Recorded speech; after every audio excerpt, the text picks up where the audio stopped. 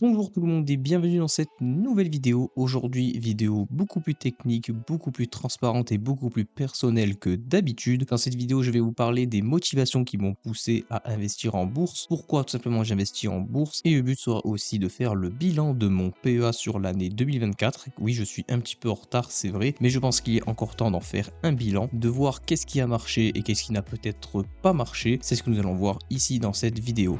Mais avant de commencer, je me permets de me présenter pour tous ceux qui ne me connaissent pas. Moi, c'est Maël Finance et sur cette chaîne YouTube, on parle d'investissement en bourse et de finances personnelles. Alors, si ce genre de contenu vous plaît, n'hésitez pas à vous abonner. Premièrement, avant de faire le bilan de mon PEA, j'aimerais parler des motivations qui m'ont poussé personnellement à investir en bourse. Ce qui m'a attiré, en fait, en réalité, c'est vraiment le fait de générer des revenus de manière totalement passive. Ça, c'était quelque chose que je recherchais, faire de l'argent en dormant, entre guillemets. C'était quelque chose qui me passionne, en fait, un petit peu, entre guillemets. Et c'est ce qui m'a poussé, premièrement, à investir en bourse. Et deuxièmement, c'est tout simplement préparer sa future retraite parce que j'ai fait une vidéo notamment qui parle de ça. C'est ma dernière vidéo qui est disponible sur ma chaîne YouTube. Je vous invite à aller la regarder où en fait je ne crois plus du tout au système de retraite actuel en France. Et selon moi, il est très important de prendre ses finances en main dès maintenant, le plus jeune possible, le plus tôt possible pour préparer sa future retraite. Et notamment aussi, il y a aussi le délire liberté financière aussi qui est un peu le mot à la mode mais qui est aussi un petit peu vrai. Plus tard peut-être de lever le pied par exemple au travail, etc., de pouvoir commencer à vivre de ses investissements en faisant moins d'heures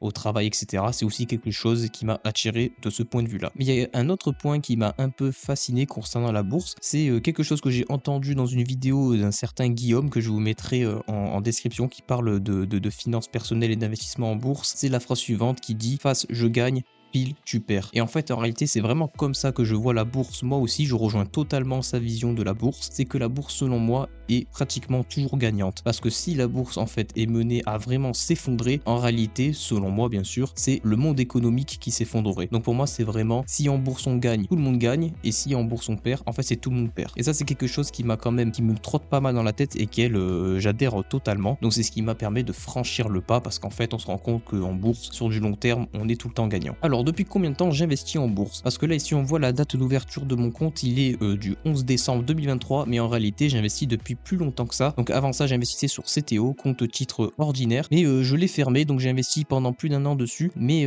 j'ai fermé pour basculer sur le PEA pour bénéficier de l'avantage fiscal. Pour rappel, le PEA, au bout de 5 ans de détention, vous avez une exonération sur l'impôt sur le revenu. En gros, vous avez une exonération sur une partie de la flat tax qui est l'impôt sur le revenu. Donc du coup, j'ai tout transféré les fonds qui étaient dessus. Je crois que j'avais un peu moins de 2000 euros de souvenirs et j'avais fait une plus-value du style 10%. Je crois que j'avais fait 200 euros de plus-value sur du coup l'année 2023 et j'ai décidé d'ouvrir ce PEA chez Boursorama. Donc pour tous ceux d'ailleurs qui veulent ouvrir un compte chez eux, n'hésitez pas à utiliser mon code parrainage que vous retrouverez en description. Ça vous permettra d'avoir un petit quelque chose à l'ouverture d'un compte et ça permet de me soutenir. Et pourquoi en fait j'ai choisi Boursorama? Parce qu'on n'a pas réellement beaucoup de choix en fait à la base concernant l'ouverture des PEA. Maintenant, on en a 4 avec l'arrivée du PEA de chez Trade Republic. Mais sinon, à part Trade Republic, c'est soit Boursorama, soit Bourse Direct ou soit Fortuneo. N'allez pas voir d'autres banques pour ouvrir un PEA parce que tout simplement les frais seront beaucoup trop élevés et vous n'aurez pas forcément un choix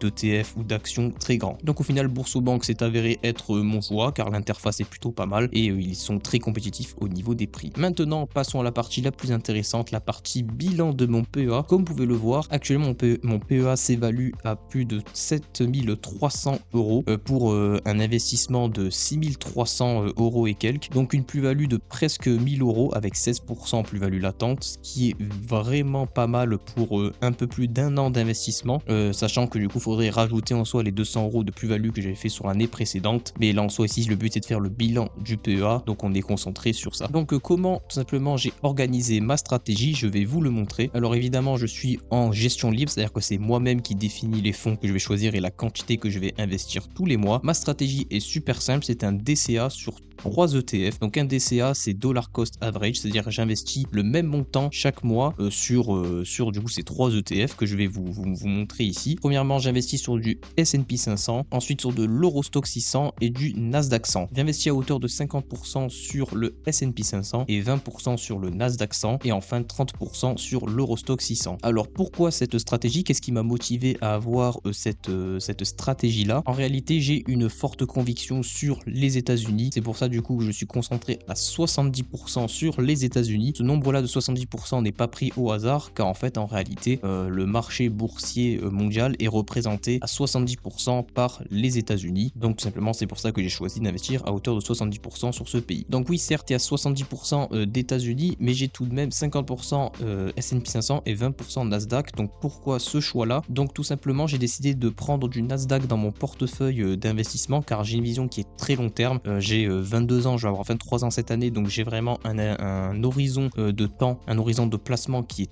très long. En plus de celle sur les États-Unis, j'ai une conviction dans les technologies, donc dans les valeurs technologiques telles que Microsoft, Apple, Google, etc. Donc c'est pour ça que j'ai décidé de choisir le Nasdaq 100. Après le S&P 500, c'est hyper classique, les 500 plus grandes entreprises américaines. Et enfin de l'Eurostock 600, donc les 600 plus grandes entreprises de l'Europe, pas que de l'Union Européenne, de l'Europe, c'est-à-dire qu'on retrouve le Royaume-Uni et aussi la Suisse par exemple. Et on voit que tout de même cet ETF, contrairement à ce qu'on pourrait croire, il performe tout de même. J'ai une plus-value latente actuelle de plus de 11% sur un peu plus d'un an d'investissement, donc c'est quand même pas mal du tout. Donc pourquoi tout simplement l'Eurostock 600? Parce que ça reste quand même l'Europe, ça reste quand même l'Occident. J'ai quand même aussi espoir en une conviction sur tous ces pays-là, donc c'est pour ça que je suis investi dessus. Surtout que notamment l'Eurostock 600, c'est un indice qui est assez diversifié. On retrouve, comme je l'ai dit, de la France, de la Suisse, du Royaume-Uni. Donc il y a vraiment de très belles boîtes dans cet indice-là. Et c'est un indice du coup qui est très large. En fait, c'est un petit peu l'équivalent, si vous voulez, du S&P 500, mais sur l'Europe, parce qu'on retrouve quand même 600 entreprises dedans. Mais une petite question peut se poser, c'est vrai qu'il n'y a pas de pays émergents dans mon portefeuille. Alors tout simplement, je n'en ai pas, car je n'ai pas de conviction sur les pays émergents. C'est quelque chose qui m'intéresse pas trop. Voilà, c'est un choix que j'ai décidé de faire. Après, je pourrais peut-être changer à l'avenir. On verra s'il y a des pays qui commencent du coup à émerger fortement. On peut penser à l'Inde par exemple, qui commence à être un pays vraiment très puissant économiquement et aussi sur le marché boursier.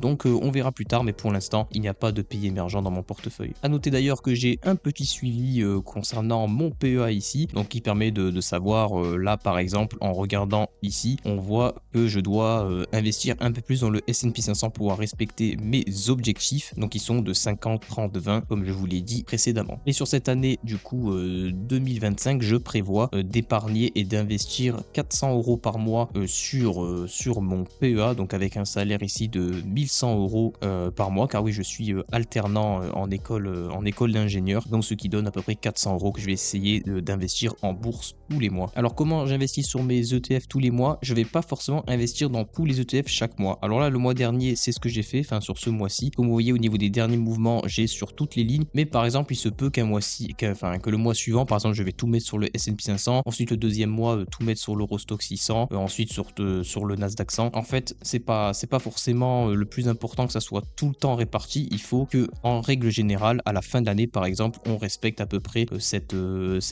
objectif, du coup, moi que je me suis fixé de 50, 30, 20. Dès que je reçois mon salaire, je fais un virement vers mon compte ici PEA sur Boursorama et ensuite j'investis directement sur les ETF en direct. J'achète directement le marché, je mets pas de valeur maximale, etc. J'achète au marché et comme ça, on respecte les objectifs. Le but, c'est d'acheter. Il faut toujours se rappeler que le meilleur moment pour investir, c'était hier. Il est encore temps aujourd'hui et il est peut-être trop tard demain. Donc maintenant, un petit bilan et quelle perspective j'ai pour l'avenir? Eh ben, ma perspective, c'est que je vais tout simplement continuer d'investir en bourse. Donc cette année, j'ai décidé, mon objectif est d'investir 5000 € cette année sur cette année 2025 sur mon PEA. Donc on verra ce que ça donne. Si les marchés financiers se portent bien, ça sera une très bonne nouvelle. Et si par contre les marchés financiers se cassent un peu la gueule, ben ça permettra de faire les soldes entre guillemets. Moi je le vois comme ça en tout cas, et je préfère le voir comme ça pour toujours avoir une vision long terme et me dire que dans tous les cas sur le long terme, je serai gagnant. Et c'est la vision que j'ai. Notamment on peut voir ici, je crois que vous ne voyez pas avec ma tête, mais que ma performance sur 2025 est estimée à 17,16%, donc ce qui est plus que le CAC 40 qui est estimé ici à plus de 10%. Donc on est vraiment sur quelque chose de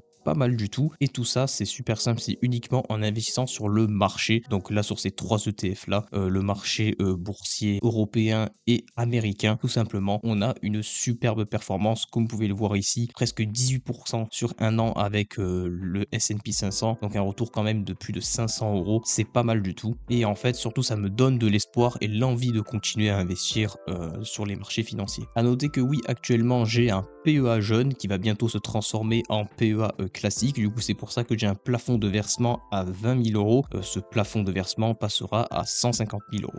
Voilà pour ce qui en en est du bilan de mon PEA sur cette année 2024. J'espère que cette vidéo vous aura plu. Si vous avez des questions, n'hésitez pas à les laisser en commentaire. Si cette vidéo vous a plu, n'hésitez pas à lâcher le pouce bleu et à vous abonner pour ne louper aucune de mes vidéos. Je vous dis à très bientôt. Ciao ciao.